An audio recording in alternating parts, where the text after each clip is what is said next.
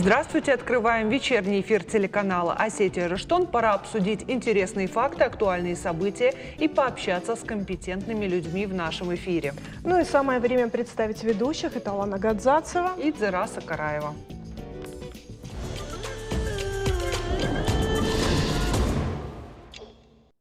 Я тут подумала, что это наш с тобой первый весенний эфир, и даже хотела сорвать для тебя первоцветы. Но вовремя наткнулась на новость о том, что первоцветы, в принципе, многие из них занесены в Красную книгу, и срывать их это не только такое преступное деяние с точки зрения закона, но некоторые из них могут быть еще ядовиты и собирать на себе всяких клещей энцефалитных. Зачем оно тебе надо, правда?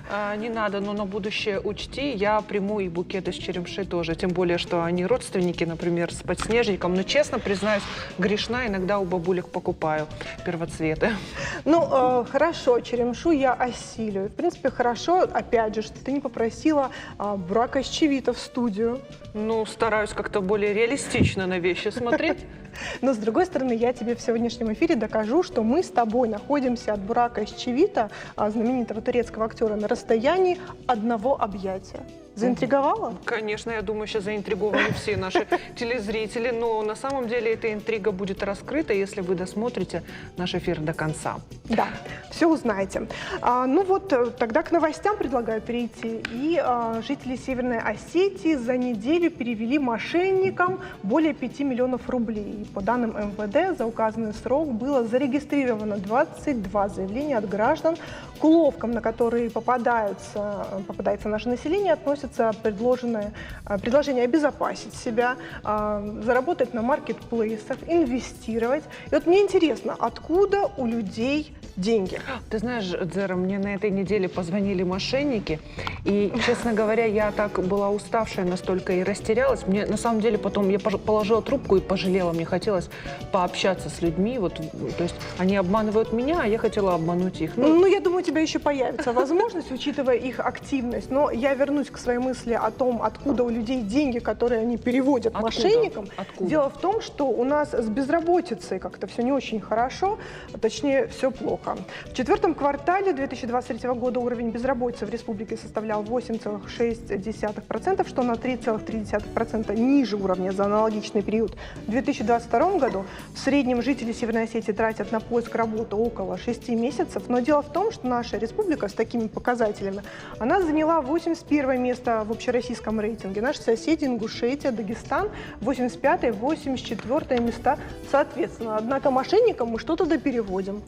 На самом деле сейчас уровень безработицы гораздо ниже, чем он был ранее, но, наверное, есть какие-то доходы, которые наши соотечественники не фиксируют. Но наш эфир не о том. И предлагаю вашему вниманию еще одну новость. На фоне двух предыдущих она достаточно позитивная. Дело в том, что сегодня день борьбы, Всемирный день борьбы с ожирением. Раньше его отмечали в октябре, но позже дату перенесли. И вот я предполагаю, что весной легче начать новую жизнь и расстаться... особенно с понедельника, сегодня как раз понедельник. С килограммами, да. Сегодня ожирение уже не проблема отдельных людей, диетологов, это бич современности. К 2023 году, по прогнозам Всемирной организации здравоохранения, до 41% населения будет иметь избыточный вес. И вот как не попасть в это число, расскажет наш эксперт Ирина Туаева. Здравствуйте. Здравствуйте, Ирина. Наш любимый постоянный эксперт. И даже вы участвовали в нашем проекте, где помогали барышням избавляться от веса лишнего.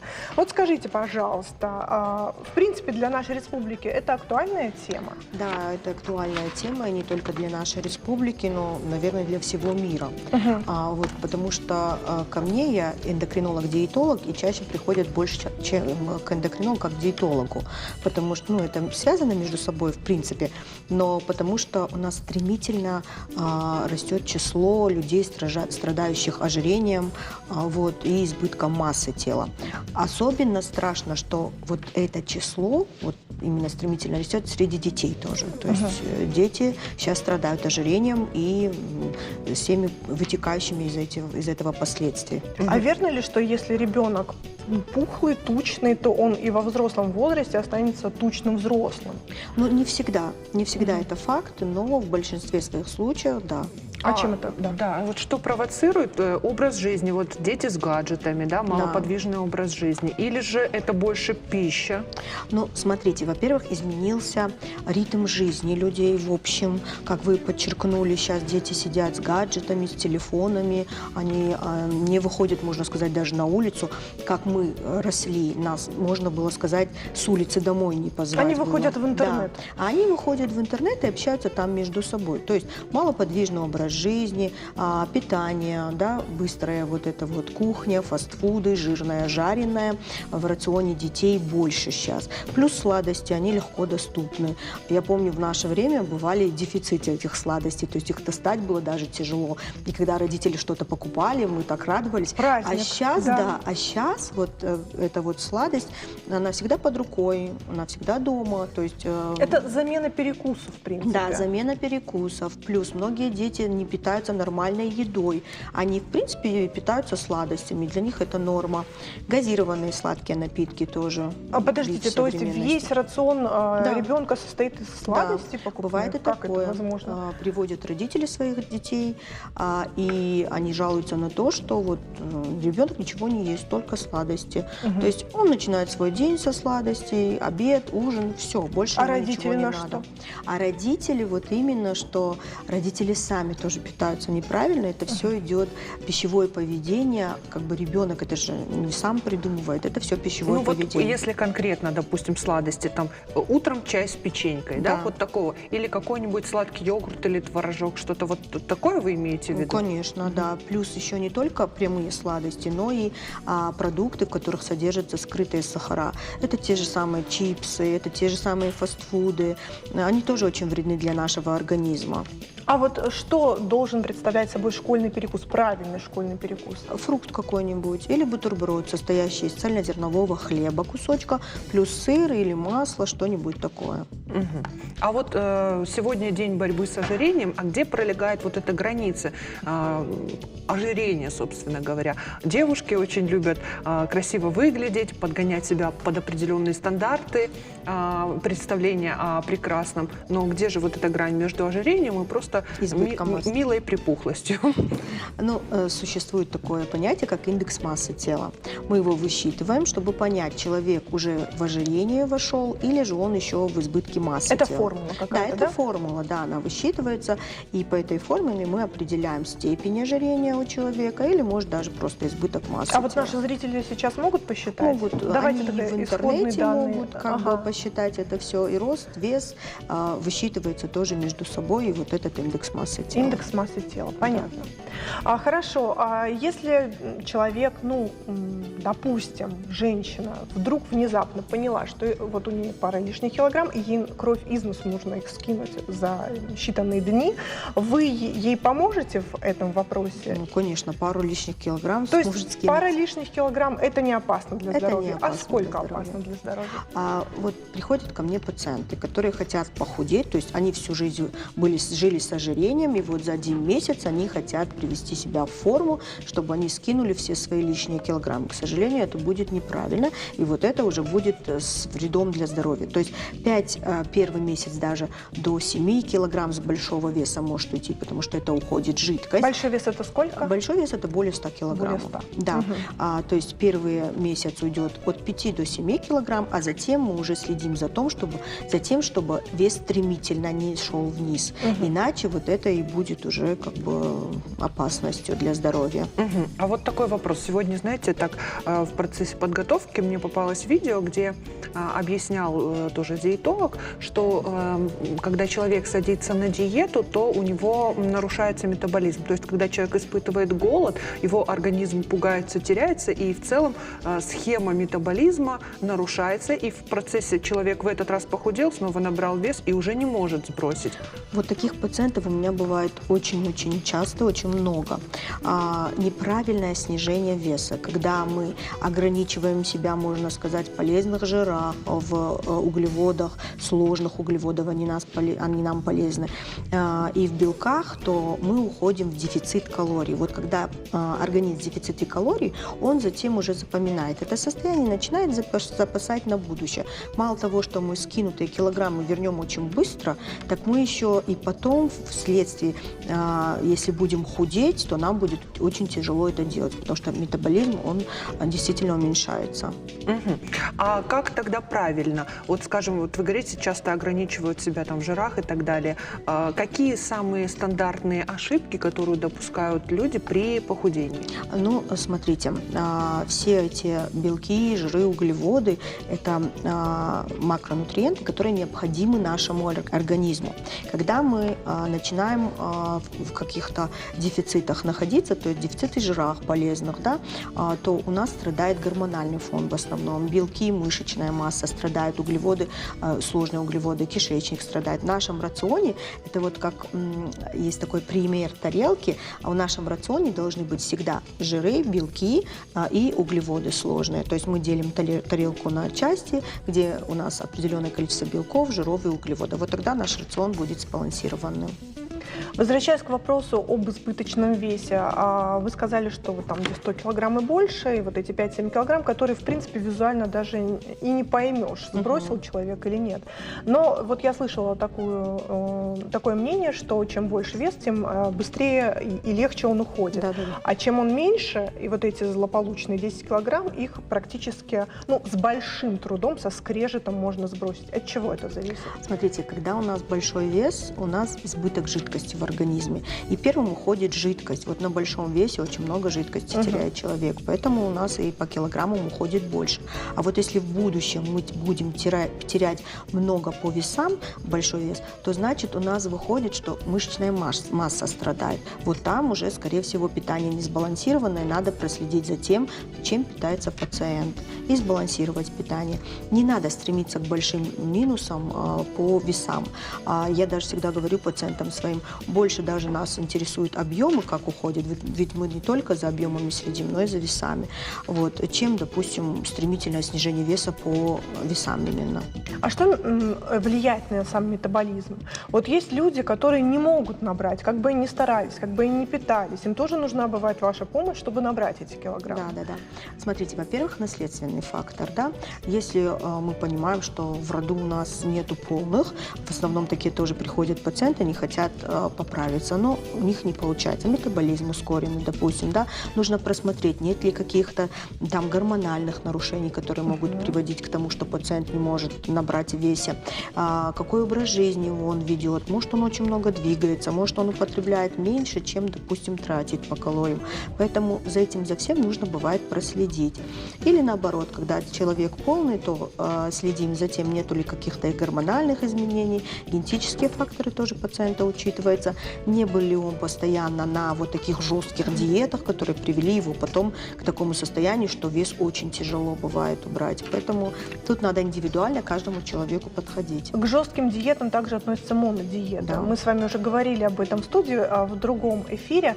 Просто еще раз скажите нашим зрителям свое мнение, озвучите по поводу тех же самых соковых диет, которые сейчас очень популярны. Ну, во-первых, соковая диета. Нашему организму необходима твердая пища для нашего пищеварения в первую очередь. Поэтому если мы даже на соках, то какой-то определенный период, ну, максимум 3 дня, да, чтобы как бы вот, ну, чуть-чуть привести себя более в форму. Вот, более 3 дней я не рекомендую быть на соках, потому что монодиета, в дефицит чего-то мы уйдем обязательно. Либо белков, либо полезных жиров, либо углеводов, да, сложных. Поэтому лучше всего не придерживаться таких диет. Вообще против слова диеты, разгрузочный день. Диетолог Вот против слова диеты. я люблю сбалансированное, правильное питание. То есть вот так называть, это все будет правильней.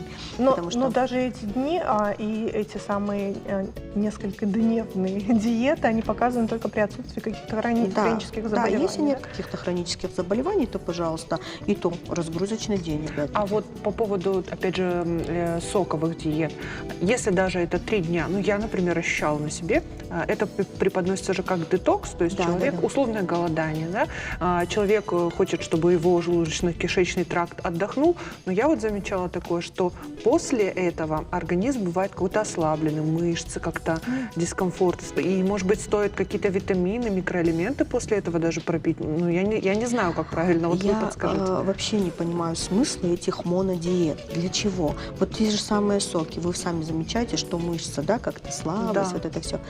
мы практически не получаем достаточного количества белка. А белок необходим для нашей мышцы. Мы не получаем железо, как полагается, да, если мы не едим мясо, особенно говядину, тоже как бы влияет на гемоглобин, на уровень ферритина. Слабость, утомляемость – это не просто так симптом. Это уже, как говорится, довели себя до такого состояния, что ушли в дефициты. Поэтому не стоит просто даже начинать. Тогда? Голодание тоже. С какой целью мы голодаем? Если это какое-то лечебное, в плане того, что какое-то мероприятие у пациента будет, да, какая-то процедура, операция или что-то, только в этих случаях, а так для чего? Просто нет в этом необходимости.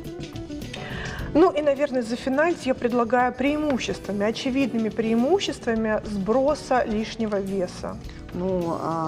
Помимо, конечно, эстетической составляющей. Эстетическое я даже уже рассматривать не буду, потому что я уже на эту проблему смотрю с точки зрения врача. То есть, во-первых, когда я вижу человека с ожирением, я понимаю, что там упадок сил, там такое состояние, что вот утром просыпаются, они потом, когда ко мне приходят с меньшим весом, они прям говорят: я захотела жить, я вот утром просыпаюсь, у меня энергия. А у таких людей с избытком массы тела и с ожирением, они будто бы и не спали, слабость, утомляемость. Это заболевание, в первую очередь, желудочно-кишечного тракта. Проблемы будут однозначно с желудком и с остальными органами. Плюс сахарный диабет, риск развития. Я не говорю, что обязательно диабет. Плюс сердечно-сосудистая патология, повышение артериального давления, холестерин высокий. То есть я, как врач, когда вижу таких людей, у меня прям, вот я их чувствую, их состояние. Я становлюсь слабой, мне становится плохо. Вот как будто бы я переживаю с этими больными вот эти вот эмпатия. Да. А вот нагрузка на суставы, на связочный аппарат также, конечно, да? опорно-двигательная система у нас страдает.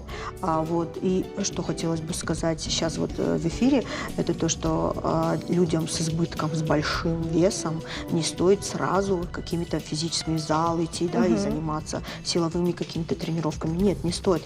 Лучше всего для начала снизить вес, а потом уже пойти и заниматься. И то начинать с кардионагрузки всегда, чтобы не страдал наш опорно-двигательный аппарат. А с чего начать вот прямо сегодня? Прямо вот сейчас, в эту минуту? Вот сейчас вот у нас у всех ужин. Обратите внимание на свою тарелку. Я бы хотела, чтобы там больше было клетчатки. Это салатик какой-нибудь из овощей, таких как редька, редиска, капуста, морковка, вот заправленный маслом, оливковым, подсолнечным, каким хотите, плюс или сметаной до 15% жирности. 1 столовая ложка заправки туда и белок. Обязательно должен был быть белок в нашем рационе, но не жареный. Все, что жареное на сковородке, мы выбрасываем, иначе это плохой холестерин в нашем организме. Желательно рыба или морепродукты, грамм 150-200. И вот с этого начнем сегодня, уже закончим до завтрашнего утра, и завтра начнем с большого стакана воды. Ваши слова да нашим зрителям в уши. Да, в первую очередь нам самим. Я вот прониклась. Спасибо вам большое. Спасибо. Вам спасибо. Реклама на канале, не переключайтесь. Все.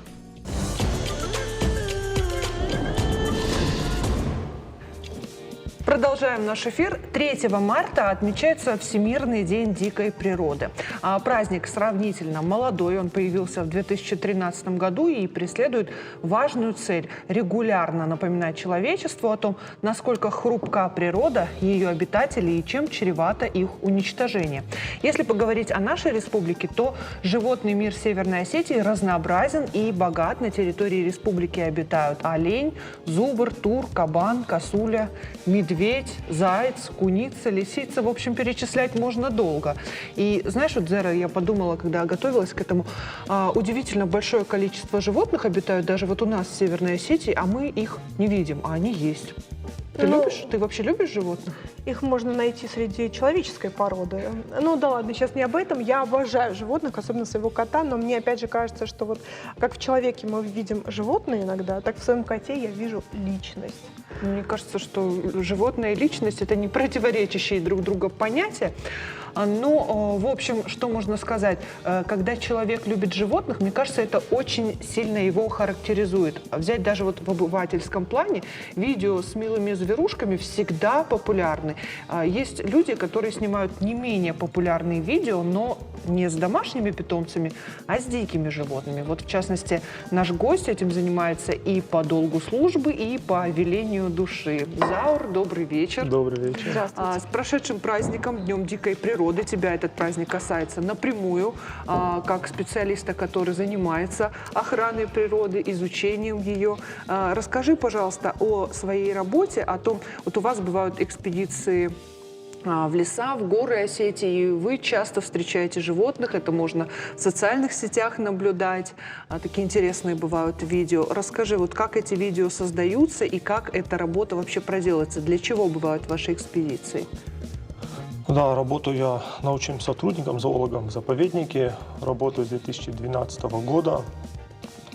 Ну, все, наверное, уже знают, что это была работа моей мечты. Всю жизнь, можно сказать, я мечтал заниматься изучением именно дикого мира, диких животных. Мечта сбылась. И вот с 2012 года я работаю в заповеднике. Нас, зоологов, не так уж и много, всего лишь двое. Я и мой коллега Павел Вемберг. И периодически, вы правильно сказали, да, что животных много, но видят их не все и не всегда. И именно для этих целей, чтобы нам самим увидеть этих животных, изучить, мы периодически выходим в лес, в горы, именно в те места, где можно встретить этих диких животных. Да, вы правильно перечислили огромное количество их, и нам бывают наиболее интересные краснокнижные виды. Это зубры, хищные птицы, выдра, ну и, конечно же, леопард. Леопарда, к сожалению, нам пока что не удалось встретить вживую. Но вот с зубрами дела чуть выглядят поинтереснее. Вот как раз на экране видео с зубрами. Очень близко. Это вот ты идешь сам снимаешь видео? Да. Это вот. А это фотоловушка? А это уже фотоловушки, да. Именно благодаря фотоловушкам нам удается снять зверей, которых не увидишь, либо тяжело увидеть в лесу. Вот интересные кадры, тут косуля и два косуленка. Да, такие симпатичные, как олененок Бэмби. Да, это вот съемки июльские, это получается им там около 2 месяцев. А каких животных можно встретить легко? Ну вот, скажем, есть, которые попадаются в фотоловушки, и то потому, что вы знаете, где устанавливать эти ловушки. А каких можно вот так непосредственно встретить? Вот вы чаще всего кого встречаете? На первом месте у меня зубры, на втором медведи. Угу. Это говорит о том, что их больше или они просто менее пугливые? Зубров у нас не так много, у нас всего 2 популяции. Одна насчитывает около 120 голов, а другая около 25. Просто зверь большой, и маршруты, по которым мы ходим, чаще всего пересекаются с маршрутами зубров. А с медведем же дела обстоят по-другому. Медведя очень много в республике, действительно много. И поэтому, если не каждый второй, то каждый третий выход в лес сопровождается встречей с медведем. А как себя вести при встрече с медведем, если вы не зоолог? Если вы не зоолог, в лесу вам делать нечего. Ну, есть такие горячие головы? Не ходите одному в лес. Это вот первое правило, если ты не зоолог. Подождите, а что остановит медведя в случае, если вас будет не один, а 2? Вы будете болтать. Ага, и он испугается. Элементарно будете болтать. У медведя намного лучше слух, нюх, зрение. И медведь задолго вас услышит, унюхает, увидит и спокойненько уйдет. Потому что любой хищный зверь предпочет уйти. Им не нужны встречи с людьми. Они нас боятся не меньше, чем мы их. А вас тоже боятся? Боятся, к сожалению, к моему сожалению, потому что наша цель – снять зверя, изучить его какие-то повадки.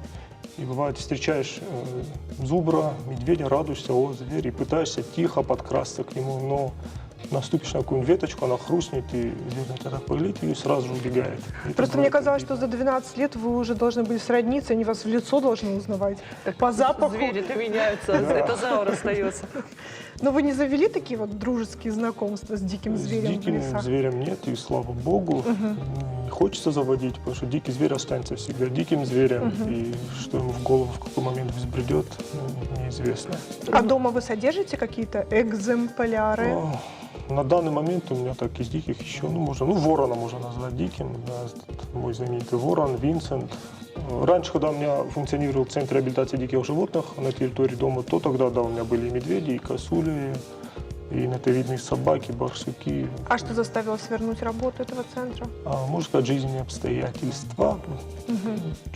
Тяжело там одному этим заниматься. И помощь вам ниоткуда не была оказана, вы сами занимались, да?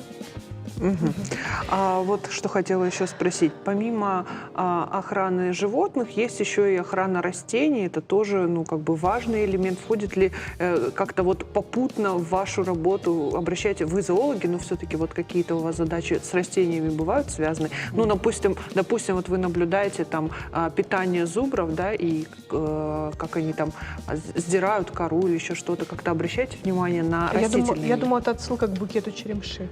Кстати, это важный момент, важный. Ну, мы единственное можем, вот в 90-е, когда зубров было очень много, зубр краснокнижный вид, и они начали вредить другому краснокнижному виду, растению тису ягодному.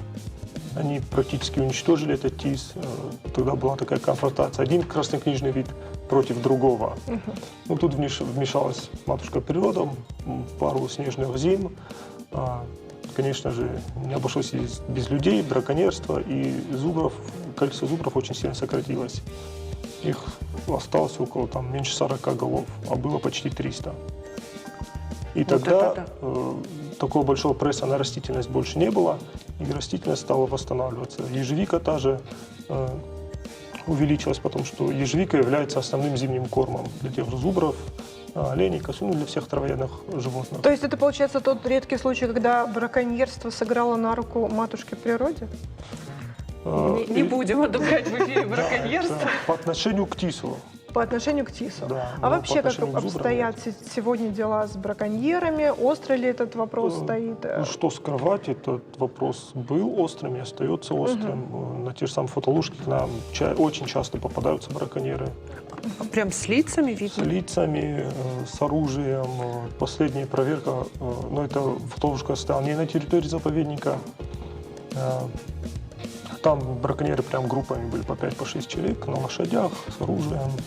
А вы передаете эти кадры в правоохранительные органы? Ну, нам для начала нужно будет своим сотрудникам передать, а дальше они их разбираются. Ну, то есть эта информация все-таки передается, конечно, да. И это запрещено законом, особенно если речь идет об особо охраняемых определенных Да, там видах. даже с оружием запрещено находиться. Не то, что Просто находиться. Да, просто физически. находиться. Так, а изловили кого-то уже? Но опять же, там научное дело, зоологи этим не занимаются, наше дело передать данные, а там, да, заводят дела, штрафуют. Угу. Заур, а вот что самое сложное в работе зоолога, особенно полевого зоолога? Самое сложное? Наверное, я даже не знаю, что самое сложное. Наверное, вы любите свою работу, поэтому да, сложно. и для меня назвать, что сложно. Ну, единственное, да, возраст уже сказывается. И, Ну что же вы так кокетничаете? Какие ваши годы? И уже проходить по 15-16 километров за раз не так легко дается. Особенно если это подъем в горы. Но опять же, мой коллега, дай бог ему долгих лет и здоровья, ему уже за 70, да, Вейнберг Павел. Когда мы идем в горы, я за ним не успеваю.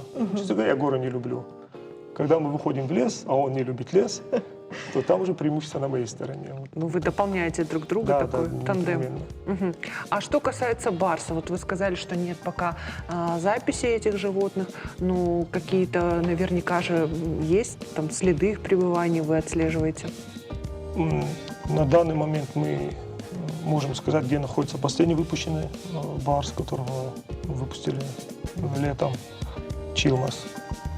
Точно, да, точные места я сейчас не буду называть. Да, конечно. Да, ну, он у нас на территории республики удачно охотится. Это, кстати, был первый леопард из выпущенных, у которого первая жертва была косуля. А обычно? А обычно это были барсуки, нотовидные собаки, шакалы, такая мелочь. Это был первый, который добыл косулю, и в основном сидит он часто на копытных. Диета В такая. рационе, да, такая. на диетическом месте сидит. Ну, в общем, он бодр и весел, и все у него хорошо. Да, на сегодняшний день все хорошо. А вы активно ведете свои социальные сети, часто проводите такие своеобразные викторины у себя в соцсетях, и вот я постоянный участник ваших викторин. И мне кажется, было бы интересно, если бы мы с тобой, Зера, поучаствовали. И в наши такой зрители у викторине. себя Ну на да, диванах. Да. Заур подготовил такие фотографии, где... Фотоловушки для нас. Это, Да, это такое, кадр с фотоловушек. игра слов такая. Что ж, нам нужно угадать, что это за Что это, животное, да. Зера. Могу Вот вам вариант ответов. Нет, подожди секунду. Вот эти вот смайлики, да, с сердечками, они, наверное, показывают любовь Заура к его работе. Да? Но я бы сказала, ну это, наверное, потому что мы сейчас говорили о косульевой диете. Наверное, это они. Что это Это они? косули. Но это не точно. Нет, это не косули, Это это олени. олень. Это, тем более самки. Ну, рожек не Самки видно. олени. Не видно. А рожки. у самок Не рожек бывает? нету. Вообще не бывает. Не А бывает. как Только у отличить северного тогда? оленя. Хорошо, а как отличить тогда косулю от самки оленя? А косуля намного меньше. А тут непонятно, тут нет масштаба. Ну вот если там, я не помню, должна быть косуля, вы Мы заметите. увидим. Ну, Да. давайте дальше пойдем, посмотрим. Это, наверное, барсук. Тут я посчитал, даже лицо не нужно его прятать, потому что... Это барсук? Нет. Нет? Версии еще выдвигать? Это Енотовидная что- собака? Да, что такое Вот пушистое, енотовидная да. собака. Да. Ага. Она часто, наверное, в Инстаграме мелькает. Так, ну что, пойдем дальше. Это енотовидная собака. А здесь что-то вообще не видно зверька. А, вот он там вдали. Глазик сверкает. Глазик сверкает. Кто этот Зера? Я без очков. Ну, может, это лисич? А, нет, это какой-то кот, да? Да, правильно, это дикий европейский лесной кот. Это вот такие толстики, да? Пухлики. Или Ну, они... просто они похожи на обычных котов, да? И- Чем они отличаются? Объемом? Размерами. Ну, больше Да, лесные коты. больше. Да, значит, я права. Можно сказать, что мы Так. очко заработали. Ну, тут... А, мы не считали, кстати, баллы. А, Так. это что? Ну, Ну, вот тут бывает интересно с вариантами. Обычно Медведь. варианты предлагаю. Но это не гиббон, прямо скажем. Кабан, зубр, медведь. не, ну медведь, Медведь, Медведь. лапа вон косолапый. наверное. Да, медведь. Наш ответ – медведь. Это верный ответ. Так. Ой, как мне нравится. Идем дальше. Сидела бы и сидела. О, вот. Вот тут посложнее, чья спина. Тут какой-то селфи просто. Ну, наверное, тоже медведь. Ну, судя по тому, что бурый похож на медведя. А может и нет, может коза какая-нибудь. Нет, ну по шерсти кажется, что медведь. Вот сразу видно, что Алана часто участвует в них. Да, шерстка Виктория, такая правильно, грубая. да, Да, это медведь. Мгм. Так, а вот это вот уже кто-то не медведь точно. Ну, хвост кабаний. А шерстка такая, может быть, зубр? Зубр? Ваш окончательный ответ? Наш окончательный ответ – зубр. И это неправильно, это кабан. О, Зера, ты должна была настоять. Ну, тут все понятно. Это Чистый олень. благородный олень, да? Да, и вот часто подписчики, я специально добавляю вариант лось, и это очень многих путает. И Ну, у дело лося другие такие плоские рога. плоский, но дело в том, что лосей в Осетии нету. А, ну тем более. А заезжих? Разве что браконьеры содержат. А вот это не знаю я, кто это. Что это такое? Вот, наверное, вот это барсук. Да, вот это барсук. Ага. Будем знать. А как хорошо, просто какой-то удивительный уровень конспирации, да, на фоне леса. Это была наша последняя, да, такая картинка викторины. Ну, хотелось бы, да, еще поотвечать. Да, Это да, с интересно, на самом удовольствием. деле. Заур, мы теперь понимаем, почему вы не находите сложностей в своей работе. Она действительно на самом деле интересная. Ну, как и- минимум занятная. Да, наверное, непростая, но действительно интересная. Тем более, если это мечта всей жизни. Ну что ж, спасибо вам за ваш труд и за это интервью. Спасибо. Спасибо. Ну, а мы продолжим, раз уж заговорили о социальных сетях. С 1 марта этого года в России вступил в силу запрет на популяризацию VPN-сервисов и других подобных сервисов для обхода блокировок. В Роскомнадзоре напомнили, что они запрещены в России с 2020 года. Этот приказ Роскомнадзора не подразумевает запрета на использование таких сервисов. То есть для обычных пользователей, в общем-то, ничего не изменилось. В России не запрещено пользоваться VPN-сервисами, однако новые запреты касаются именно популяризации средств обхода блокировок. Причины, по которым регулятор сможет блокировать сайты, это, например, сайты, которые рассказывают о способах и методах обхода блокировок, побуждают применять эти способы, например, перечисляют их преимущества, поясняют, как зайти на запрещенные ресурсы, предлагают купить или скачать VPN-сервисы. Исключением может быть только научная и статистическая информация. Ну вот мы можем себя сейчас причислить к такой, к оной. Статистическое, можем, да, вполне в научное рамках закона мы информирование сейчас населения. действуем, да. И вот наша съемочная группа записала опрос с жителями нашего города, как они относятся к запрету VPN-сервисов, вообще пользуются ли они ими, и по поводу новых вот этих изменений в законодательстве. А вообще понимают ли они, что это такое? Что это такое, да. VPN-сервис, пожалуйста. VPN конкретно он меняет IP-адрес самого пользователя. То есть, допустим, ты находишься в Осетии, а он показывает IP-адрес, что ты, допустим, где-нибудь в другой стране, не знаю, город. То есть, не знаю, подключается к другим серверам и улучшает качество соединения. Не знаю. Даже никогда не задумывались? Нет. А вы пользуетесь VPN? Да. Я кнопочку просто нажимаю. Переносится онлайн в другую страну, тебя перекидывает, чтобы ты мог зайти в приложение там, где это разрешено, в ту страну. Конечно. Знаете, а как он работает? Расскажите. Вот включаешь телефон за 1000. Да, в целом знаю, он перенаправляет как бы IP-адрес через другие страны. Ну и в целом как бы оттуда идет некий сигнал. Вот. А для чего он используется? Ну, для того, чтобы как бы в приложениях различных, которые недоступны, вот для этого и используется. Ну что ж, таково было мнение наших жителей. Не очень много информации у них о VPN-сервисах, но, тем не менее, как минимум, мы проинформировали о запрете популяризации подобных сервисов. Вполне себе справились. А теперь реклама на канале, и не переключайтесь, потому что, как вы помните, впереди у нас видео с Бураком Ощевитом. Ну что, продолжаем наш эфир. Дзер, ты участвовала в студенческие годы во всякого рода активностях? Ну, в каких-то участвовала, и то по принуждению. По принуждению. Да, С тех пор немного изменилось. Тем не менее, мне кажется, вот такие активности, они закладывают большой такой, дают задел и становятся впоследствии хобби, иногда даже частью профессии, но прежде всего учат человека общаться, проявлять креатив, находчивость, вот такие нужные в жизни качества. И к чему говорю? В эти дни в Сочи проходит масштабное событие, это Всемирный фестиваль молодежи и студентов. Подумать только, 20 тысяч человек из 180 стран участвуют во Всемирном фестивале молодежи. Это российские и иностранные молодые лидеры в сфере бизнеса, медиа, международного сотрудничества, культуры, науки, образования, волонтерства, благотворительности, спорта. Перечислять можно бесконечно. Северную Осетию представляет 90 человек. Это самые активные и талантливые ребята. И сегодня мы выходим с ними на прямую связь. У нас на связи Сочи с интересными новостями, такими с пылу, жару. Здравствуйте, друзья, вы нас слышите? Здравствуйте. Добрый день. Здравствуйте. Как вас много, какие вы веселые. Я же сказала, это будет хоровое выступление. Расскажите, пожалуйста, Вот такие мы. как проходит сейчас для вас фестиваль? Что самое яркое уже запомнилось? Помимо вас. Да, что яркое запомнилось, чем можете поделиться с нами?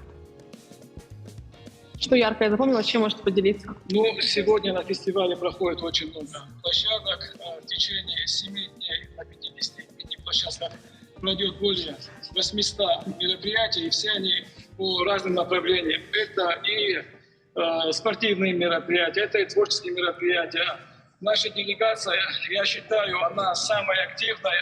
Ребята везде себя проявляют, нашу делегацию все запоминают.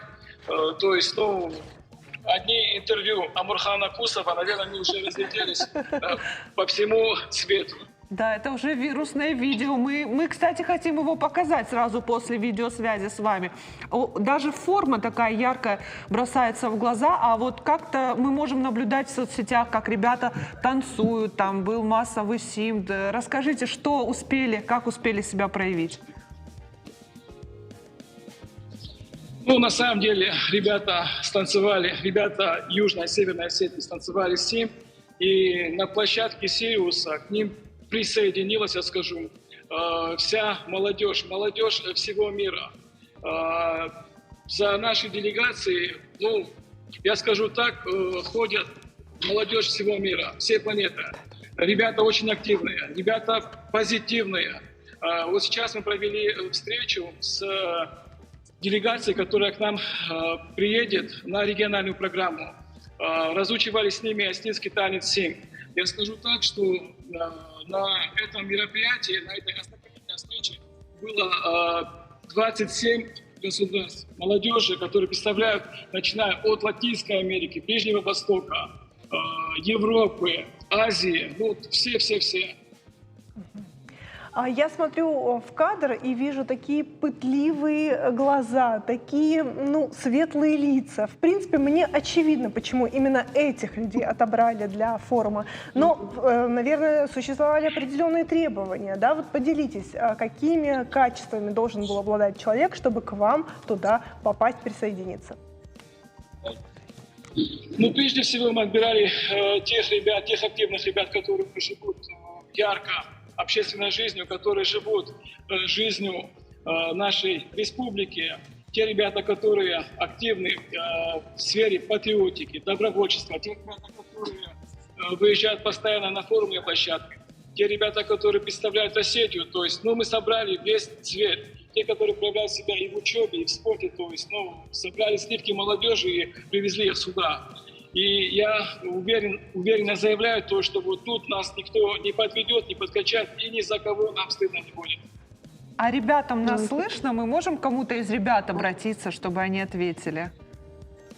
Конечно. Да, секунду. Да, просто хочется впечатления кого-то из участников, вот кто там рядом есть.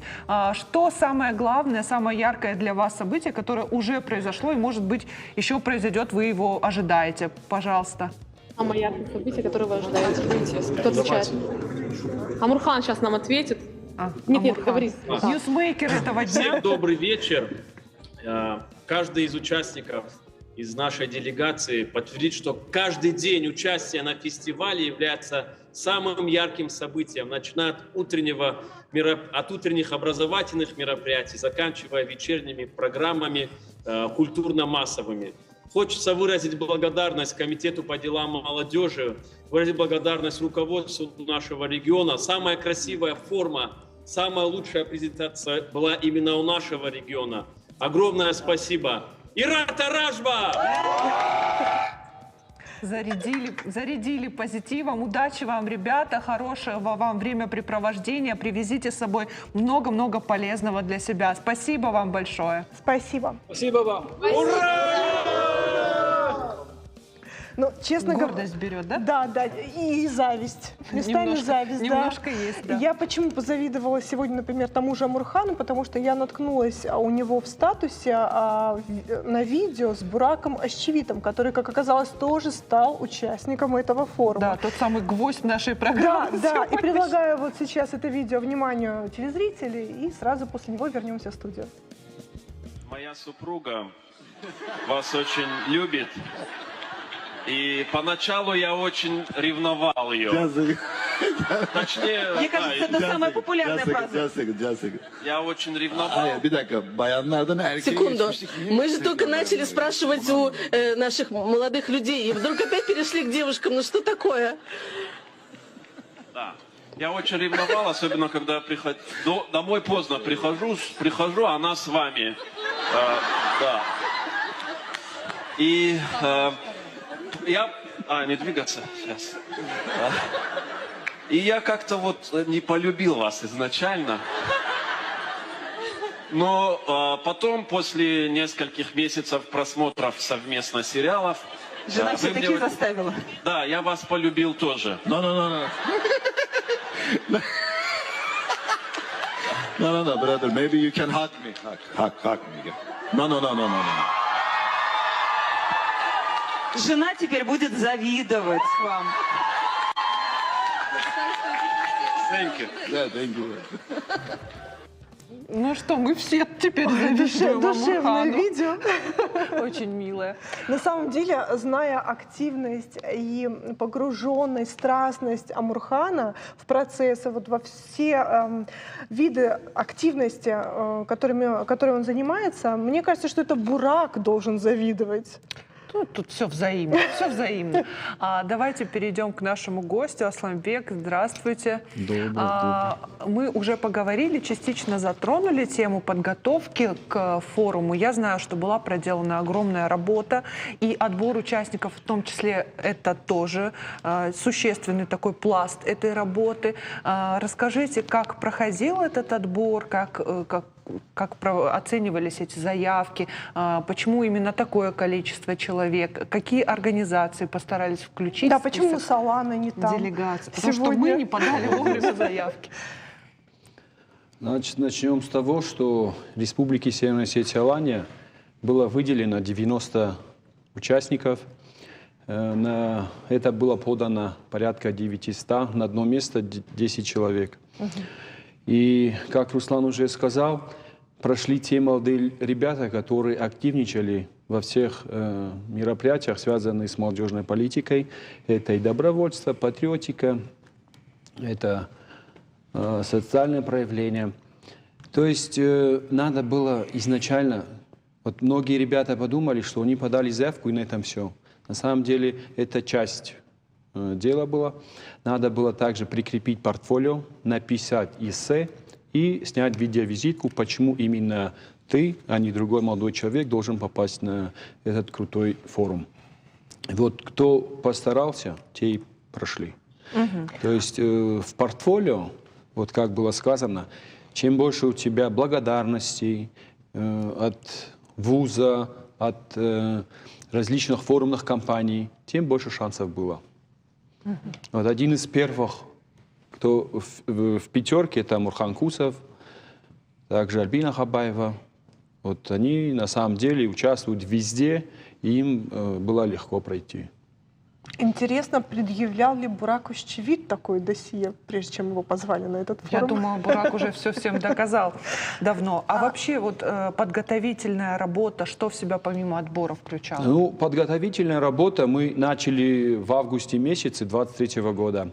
Мы уже тогда объявили о том везде, в средствах массовой информации. Уже было дано объявление, что будет проходить форум, самый молодежный форум в мире, в городе Сочи. На сегодня 7 дней является городом или столицей мира молодежного. Но хочу еще заметить, что всем равные возможности были. У нас в делегации есть 2 человека с ограниченными физическими возможностями. То есть они тоже максимально заполнили, и их комиссия отобрала. Ну вот. Глядя на ребят, кажется, что там каждый день сплошной праздник, они там просто вот отдыхают, что-то отмечают, радуются, смеются, но ведь на них же тоже возложены какие-то обязательства. Что входит туда? Самое главное, они должны представить нашу республику в лучшем свете, как уже было сказано, и это на самом деле так. Многие иностранцы уже изучают остинский язык, это мы только увидели часть видео, на самом деле их намного больше. И уже лозунг «Ират Таражма» знают от Бразилии до Малайзии. Ну, что касается вот форума, какие у них обязанности, да, помимо 90 участников, мы направили туда 35 наших музыкантов, танцоров. Они представили национальные танцы, национальные песни. Помимо этого мы еще направляли 8 поваров. Спасибо большое Абиеву Валерию Батразовичу. Они тоже постарались на славу. Там 2-го проходил гастрономическая карта России. И все самое интересное, вкусное было на форуме. Любой желающий мог подойти и оценили наши фудчунта. Здорово. Я предлагаю посмотреть видео, чтобы немного соприкоснуться с атмосферой самого фестиваля. С места событий. На протяжении всех дней у нас происходит интеграция с другими странами мира. Благодаря фестивалю мы получаем нереальные эмоции и знания, и также знакомимся с новыми друзьями.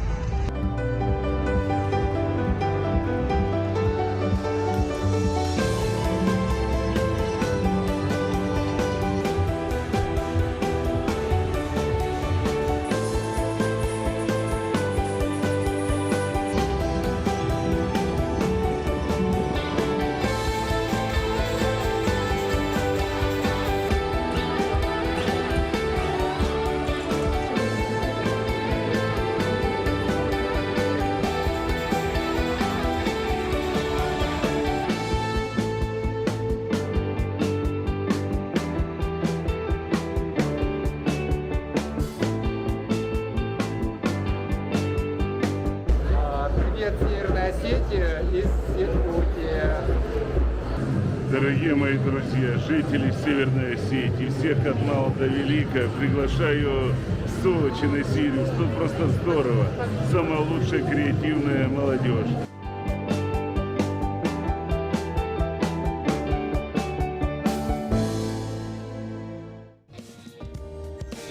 Да, теплое видео, заряженное на позитив. Ну что ж, я думаю, мы все уже выяснили. Ну, можно разве что спросить еще о том, какие, как вам кажется, главные результаты ребята привезут сюда, в Осетию, с форума, и увезут участники из других стран, может быть, какую-то тоже частичку. Мы рассчитываем, что наши ребята привезут новые идеи, новые связи, и в дальнейшем это им понадобится, и республике это будет в пользу. Но хочу также заметить, что у нас 12 марта к нам приезжает делегация из 25 стран мира. Это 40 человек, и с ними мы тоже подготовили уже региональную программу, мы его будем проводить, и мы надеемся, что на высоком уровне это нам удастся сделать. Соответственно, эти 40 человек, когда разъедутся по своим домам, они будут думать об Осетии, все самое лучшее, светлое, и будут желать еще раз посетить нашу прекрасную... Разъедутся ли? Ведь в последнее время наблюдается тенденция, что у нас остаются навсегда на ПМЖ. Есть поводы. Примем. Если останутся здесь, то их тоже мы примем. Ну, надеемся, что они пойдут сперва домой, расскажут про Осетию, какая замечательная у нас есть республика, и потом вернутся еще с гостями. Да. Вот мы на это и надеемся. Ну что ж, спасибо вам большое за участие в нашем эфире сегодняшнем. А сегодня действительно позитивно мы заканчиваем нашу программу. И ну, вот как и всегда. Да, вот этот заряд энергии, который ребята с форума нам передали, мне кажется, он мне еще долго будет вдохновлять. Да, это малая часть того, что мы увидели. Да. На самом деле там и пусть будет так всегда. Крутейшие мероприятия проводят. Что ж, ну, самое время прощаться, что мы и делаем. Дорогие телезрители, увидимся с вами совсем скоро. Всего вам доброго и до встречи в эфире. До свидания.